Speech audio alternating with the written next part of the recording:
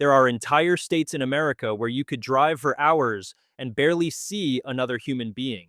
Not because of some apocalyptic disaster, not because they're hidden or hard to reach, but because people are actively choosing to stay away.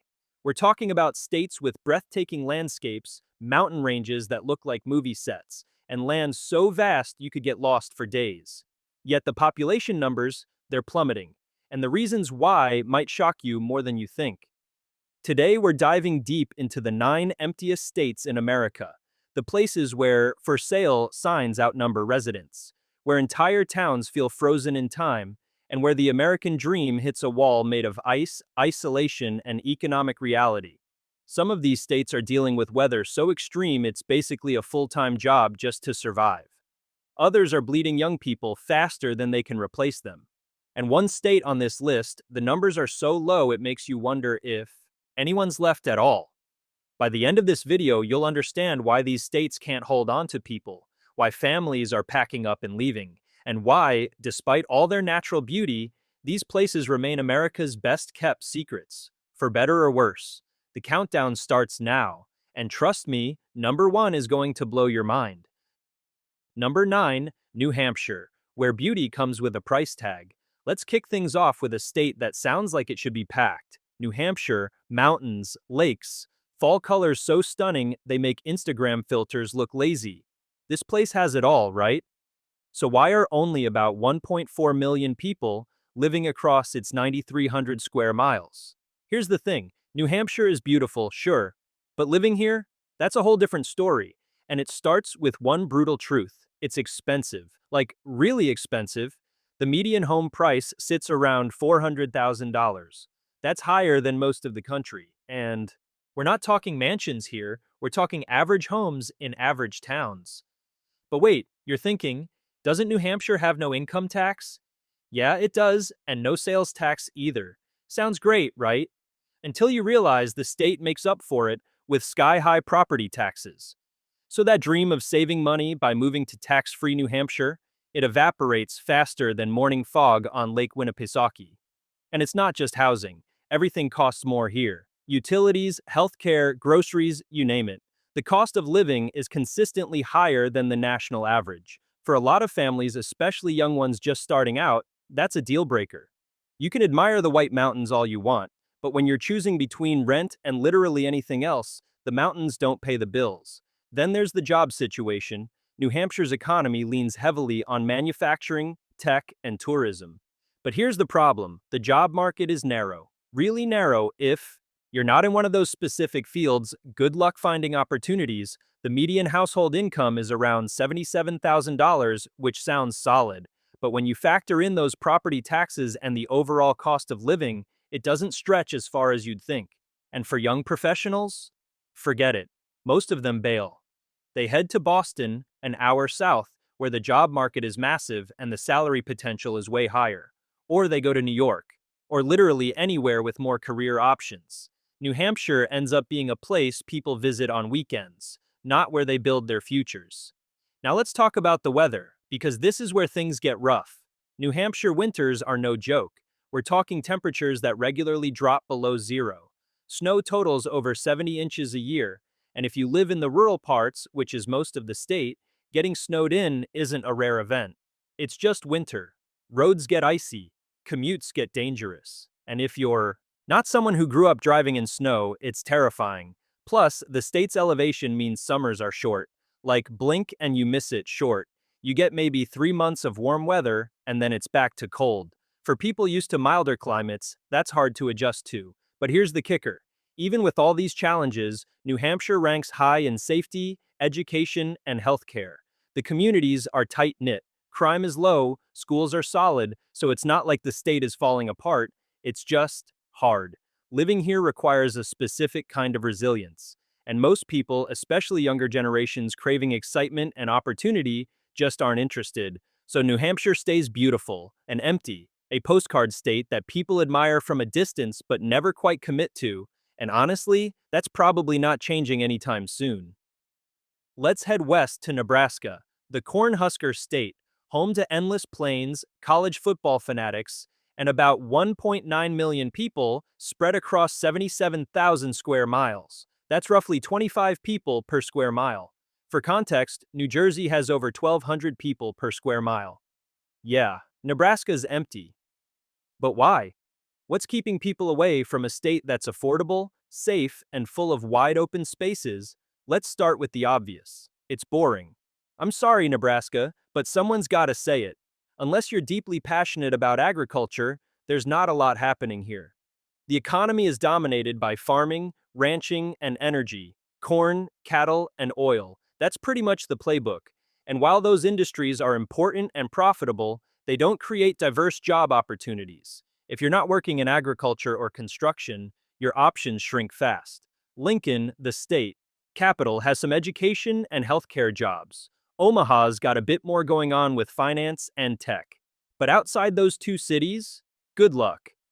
The job market is limited, and for young professionals looking to climb a career ladder, Nebraska just doesn't offer the rungs. The median household income is around $65,000, not terrible, and the median home price hovers around $300,000, which is pretty reasonable.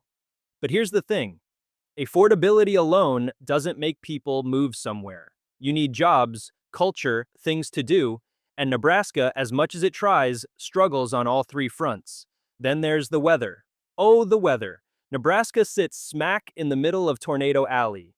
Every year, the state gets hammered by an average of 14 to 20 tornadoes. Some years, more. And we're not talking little dust devils. We're talking the kind of tornadoes that rip roofs off barns and send livestock flying. Winters are brutal too. Temperatures drop to -10 regularly, and when the wind kicks up, which it always does, it feels even colder. Summers? Scorching. We're talking 90 degrees Fahrenheit and higher, with droughts that can turn farmland into dust bowls. The weather here is extreme in every direction, and that wears people down. And let's talk about isolation. Nebraska is quiet, like really quiet. You can drive for an hour and see nothing but fields, no gas stations, no rest stops, just corn. It's peaceful if you're into that. But for most people, especially those under 40, it feels suffocating. There's one major mall in Omaha, and even that feels half abandoned. Social life? Unless you're into high school football, there's not much. The state has fewer than 1,000 restaurants statewide. Compare that to a city like New York, which has over 25,000. If you want entertainment, you're driving to a neighboring state or streaming it at home. So what you're left with is a state that's affordable, safe, and full of good people, but also isolated, limited, and harsh. Nebraska works for a very specific type of person, someone who values quiet, who doesn't need options, who's okay with long winters and longer drives. For everyone else, it's a hard pass, and the population numbers show it. People aren't moving to Nebraska, they're leaving, and the state's struggling to figure out how to stop the bleeding. Number 7, Maine, lobsters, lighthouses, and loneliness. Next up, we're heading to the far northeast corner of the country, Maine, the Pine Tree State, land of rocky coastlines, world-famous lobster rolls, and about 1.3 million residents scattered across 35,380 square miles. Maine's got charm, no one's denying that. The coastal towns look like they were designed by a team of Hallmark movie set designers. Lighthouses dot the shore, the fall foliage is unreal, and the seafood, unmatched. But here's the problem, charm doesn't pay the rent. Maine is expensive. Not New York expensive, but way more than you'd expect for a rural state. The median home price is around $320,000, and in coastal areas it climbs even higher. Why? Because everyone wants to live by the water. And when demand outpaces supply, prices skyrocket. But it's not just housing. Everything costs more in Maine. Heating bills are insane because winters are long and brutal. We're talking over 70 inches of snow annually. Temperatures regularly drop below 20 degrees. And if you live in a rural area, which most of Maine is, you're burning through heating oil like it's water. Then there's the job situation. Maine's economy runs on tourism, fishing, and agriculture, specifically potatoes and lobster. And while those industries are important, they're also seasonal and limited. Lobster fishing brings in over 4 million pounds a year, which sounds impressive until you realize that most of those jobs are backbreaking, dangerous, and don't pay as much as you'd think. The median household income in Maine is around $60,000. Not bad, but not great either, especially when you factor in the cost of living. And for young people looking for career growth, there's not much here. The state's largest city, Portland, has a population of just 68,000. It's charming, sure, but it's not exactly a hub of opportunity. So what happens? Young people leave, they move to Boston or New York or anywhere with more jobs and lower living costs. And Maine's population keeps getting older. Right now, Maine has one of the oldest median ages in the country. Over 20% of the population is over 65. That's a demographic time bomb, and the state knows it. But even if you can afford to live here, there's the isolation. Maine is remote, like seriously remote. In the northern parts of the state, you can drive for hours without seeing another car. Cell service is spotty. High-speed internet? Forget it in a lot of areas. You're living in a beautiful bubble, cut off from the rest of the world. And winters, they're not just cold, they're isolating. Roads get blocked by snow, storms knock out power for days. If you're not prepared, and I mean really prepared, winter in Maine can be genuinely dangerous. So yeah, Maine is beautiful, Acadia National Park is stunning, the coastline is postcard perfect, but for most people, visiting is enough. Actually living here, that's a whole different level of commitment, and fewer people are willing to make it. Number 6, Vermont, where maple syrup can't sweeten the struggle. Alright, let's talk about Vermont, the Green Mountain State, home to about 650,000 people, which makes it one of the least populated states in the entire country. And that number, it's been stuck there for years. Vermont's not growing, it's stagnating. Now, Vermont has a lot going for it on paper. Fall foliage that draws tourists from around the world, ski resorts that rival Colorado, farm-to-table dining that's legitimately world-class, and maple syrup. So much maple syrup. But here's the thing, none of that is enough to get people to actually move here. Let's start with the cost of living, because it's brutal.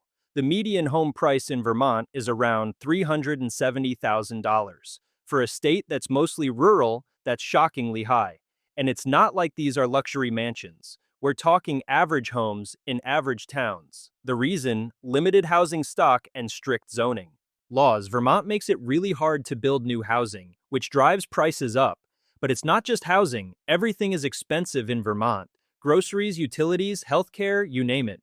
The state's remote location means goods have to be shipped in, and that cost gets passed on to consumers. So even though the average household income is around $65,000, which sounds decent, it doesn't go very far. Then there's the job market. Vermont's economy is heavily dependent on agriculture, tourism, and small businesses. Dairy farming is huge here, producing 63% of New England's milk. But the dairy industry is struggling, profits are down, labor shortages are constant, and a lot of family farms are barely hanging on. Tourism brings in money, but it's seasonal. Ski season and fall foliage season are busy. The rest of the year, dead. So unless you're okay with juggling multiple seasonal jobs, finding stable year-round employment is tough. And young people, they're not sticking around. Vermont's largest city, Burlington, has a population of just 45,000. That's tiny. There's no major corporate presence, no tech scene, no big cultural institutions. If you're ambitious and want to build a career, Vermont feels like a dead end. Now let's talk about the weather because this is where Vermont really tests you. Winters are long and harsh. Temperatures regularly drop below zero. Snowstorms dump several feet of snow at a time, and rural roads, which is most of Vermont, turn into ice rinks. If you don't own a reliable four-wheel drive vehicle, good luck. Public transportation barely exists outside of Burlington, so you're on your own, and the winters drag on. We're talking November through April of cold snow and gray skies. Seasonal depression is real here, but even with all these challenges, Vermont has a fiercely loyal population. The people who stay love it. They value the quiet, the natural beauty, the strong sense of community. Crime is low, the air is clean, it's safe. But for everyone else, especially younger generations craving excitement and opportunity, Vermont feels isolating. The state knows it has a problem. They've tried offering incentives to remote workers, grants for people who move here and work from home, but it's not working. People visit Vermont, they take Instagram photos in front of covered bridges, they buy maple syrup, and then they leave, and Vermont stays beautiful and empty. Number 5, South Dakota, Mount Rushmore, and not much else. Now we're heading to South Dakota, home to Mount Rushmore, the Badlands, and about 910,000 people spread across 77,000 square miles. That's roughly 11 people per square mile. For comparison, New Jersey crams over 1,200 people into that same space. South Dakota? It's basically a ghost state. But why? What's keeping people away? Let's start with the obvious. There's not much here. South Dakota's economy runs on agriculture, tourism, and mining. Farming dominates. Corn, wheat, cattle. Mining brings in some money, mostly gold. And tourism spikes every summer when people come to see Mount Rushmore and the Badlands. But outside of that, the job market is thin. The median household income is around $63,000, which is below the national average. And while the median home price is relatively affordable at $280,000, that doesn't mean much if you can't find work. The state just doesn't offer diverse career opportunities. And for young people, forget it. They leave as soon as they can. Sioux Falls, the largest city, has a population of about 200,000. It's growing, sure, but it's not exactly a thriving metropolis. There's no major tech scene, no big corporate headquarters. If you want to build a career in anything other than agriculture or healthcare, you're leaving South Dakota. Then there's the weather, and oh boy, it's rough. South Dakota sits right in the middle of the Great Plains, which means extreme weather in every direction. Winters are brutal. Temperatures regularly drop below -10. Snowstorms are fierce, and the wind, it's relentless. The state averages 36 tornadoes a year, some of them violent. Summers aren't much better. Temperatures spike into the 90s and beyond. Severe thunderstorms roll through with hail the size of golf balls. And droughts are common, which makes farming, the state's main industry, a constant gamble. And let's talk about isolation. South Dakota is remote. Like, really remote. You can drive for an hour and see nothing but prairie. No gas stations, no rest stops, just endless fields and sky. It's peaceful if you're into that. But for most people, especially those under 40, it feels suffocating. Social life? Limited. The state has a few small cities, but nightlife is basically non-existent.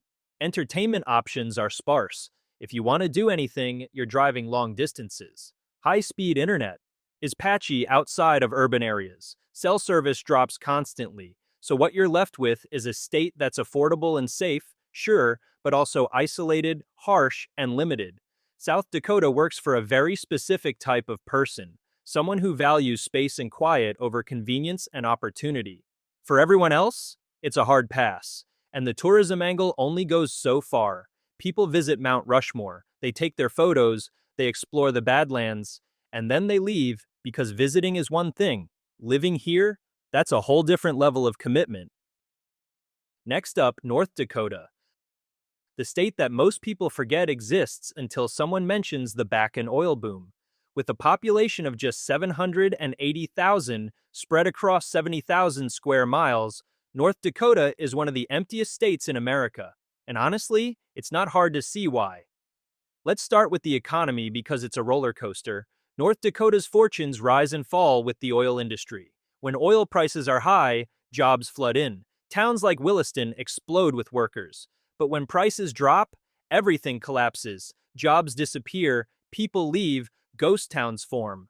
Right now, the oil boom is mostly over. What's left is a state heavily dependent on agriculture. Wheat, sunflowers, and cattle. Important industries, sure, but not ones that create diverse job opportunities. The median household income is around $65,000, which is decent. But the job market is narrow. If you're not in oil, farming, or healthcare, your options shrink fast. And housing, it's affordable with a median price around $260,000, but affordability doesn't matter if there's nothing to do and nowhere to work. The state's largest city, Fargo, has fewer than 130,000 residents. That's tiny, and outside of Fargo, you're looking at small towns with populations in the hundreds. Now let's talk about the weather, because this is where North Dakota gets brutal. Winters here are legendary, and not in a good way. Temperatures regularly drop to -30 or lower. Blizzards shut down entire towns, schools close, businesses shut their doors, roads become impassable. And it's not just the cold, it's the wind. North Dakota sits in the middle of the Great Plains with nothing to block the wind. It screams across the flatlands, driving the wind chill to insane levels. Frostbite can happen in minutes. Summers are short and mild, which sounds nice until you realize you only get about 3 months of decent weather before winter comes roaring back. And tornadoes, while not as common as in some states, still happen. Then there's the isolation. North Dakota is remote, seriously remote. You can drive for hours and see nothing but prairie. No trees, no hills, just flat, empty land stretching to the horizon. It's beautiful in a stark, minimalist way, but for most people, it's lonely. Entertainment? Forget it.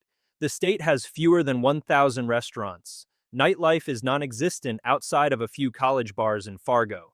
High-speed internet is spotty in rural areas. Cell service drops constantly. So what you're left with is a state that's cheap and safe, but also harsh, isolated, and limited. North Dakota works for people who value solitude and can handle extreme weather. For everyone else, it's a place you pass through, not a place you stay. And the population numbers show it. Young people leave as soon as they can. They move to Minneapolis, Denver, or anywhere with more opportunities and milder weather, and North Dakota stays empty. Number 3, Montana, big sky, bigger challenges. Now we're heading to Montana, big sky country. One of the most beautiful states in America, with Glacier National Park, Yellowstone, and mountain ranges that look like they belong on another planet. But here's the thing. Only about 1.15 million people live across its 147,000 square miles. That's fewer people than San Antonio, Texas, spread across an area the size of Germany. So what's keeping people away from this stunning state? Let's start with the economy. Montana's economy is built on agriculture, tourism, and mining. Ranching and farming dominate the plains. Tourism brings in money during the summer months when Glacier and Yellowstone are packed. And mining, mostly coal and copper, provides some jobs. But here's the problem. None of these industries create diverse, high-paying careers. Opportunities. The median household income in Montana is around $60,000, which is below the national average. And while the median home price is around $360,000, which sounds reasonable, wages haven't kept up. So locals, especially young families, are getting priced out of their own towns.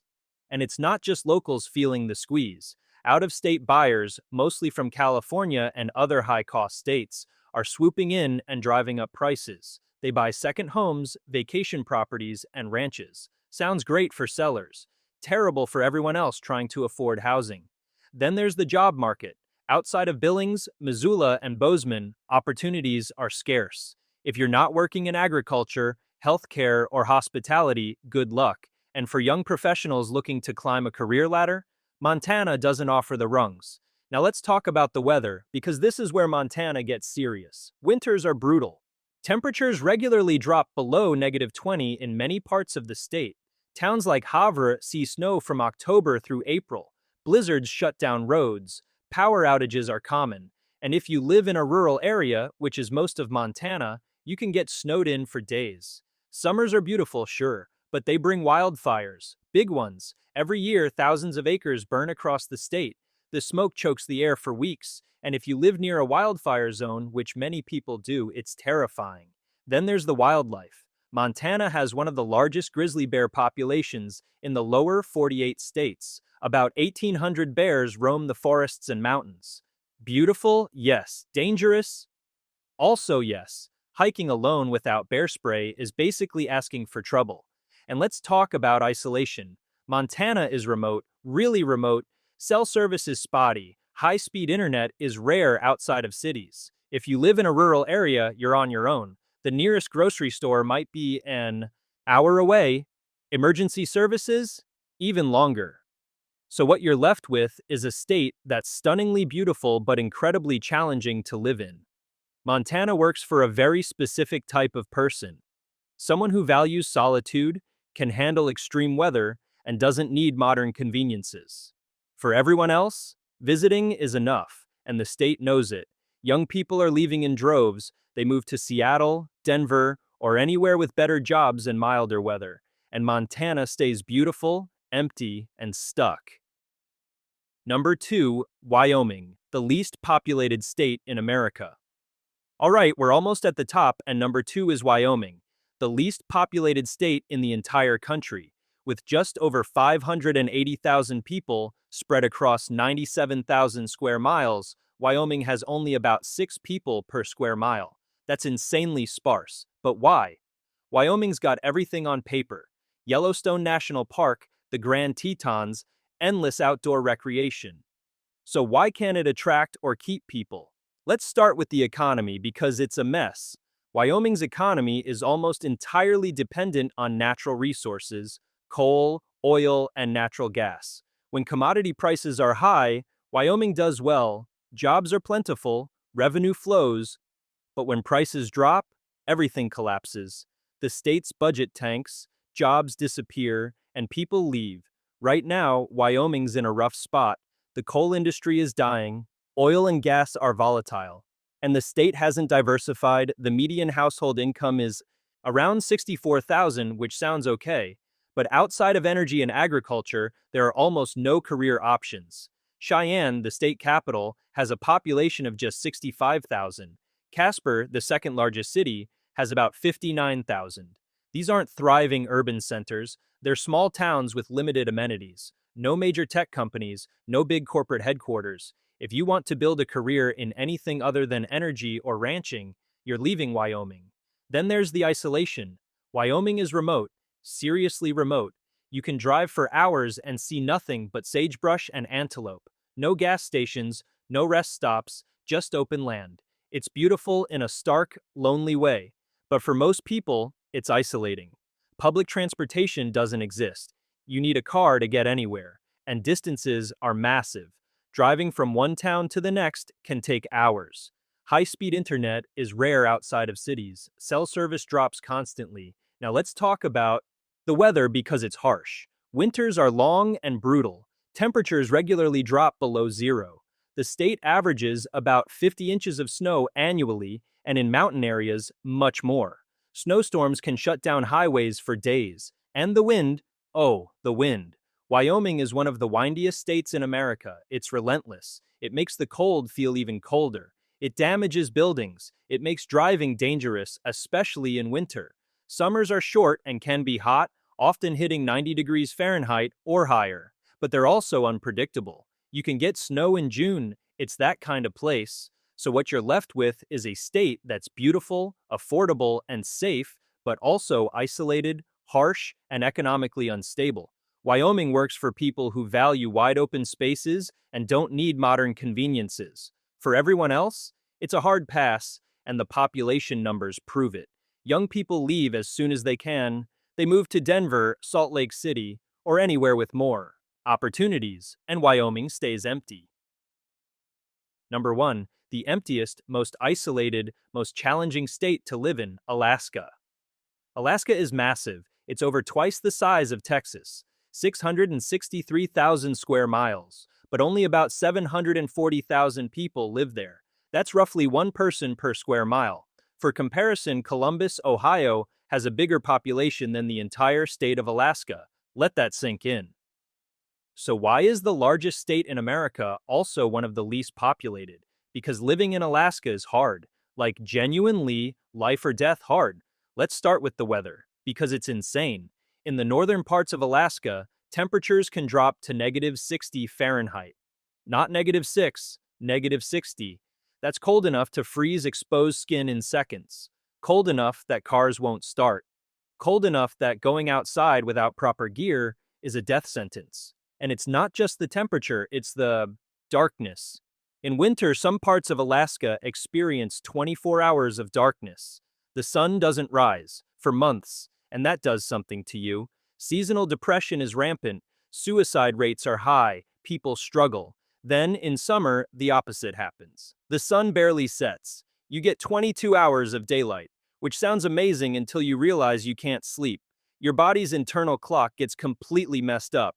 But even if you can handle the weather and the darkness, there's the cost of living. Alaska is expensive, really expensive. The median home price is around 325,000, which is higher than the national average. And that's just the start. Everything has to be shipped in. Groceries cost more, gas costs more, utilities, especially heating, are through the roof. We're talking thousands of dollars a year just to keep your house warm. And transportation? Forget it. Alaska has very few roads connecting its cities and towns. Most places are only accessible by plane or boat.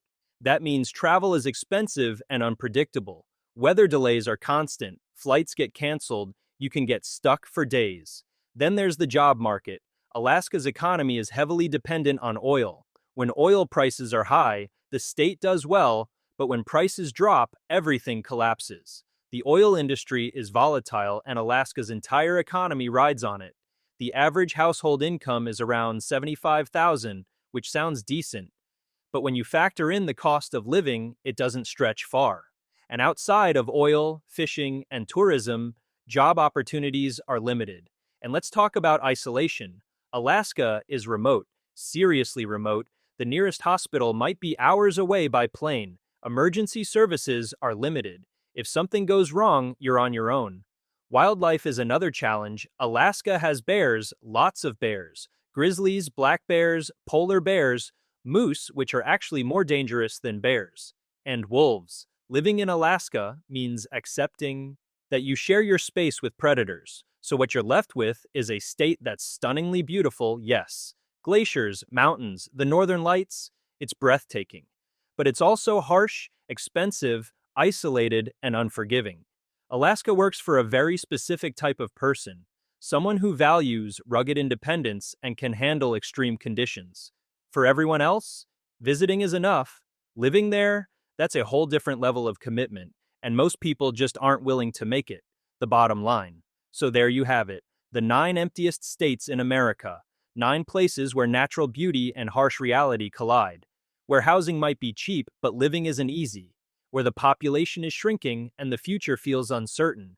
These states aren't empty because people don't know about them.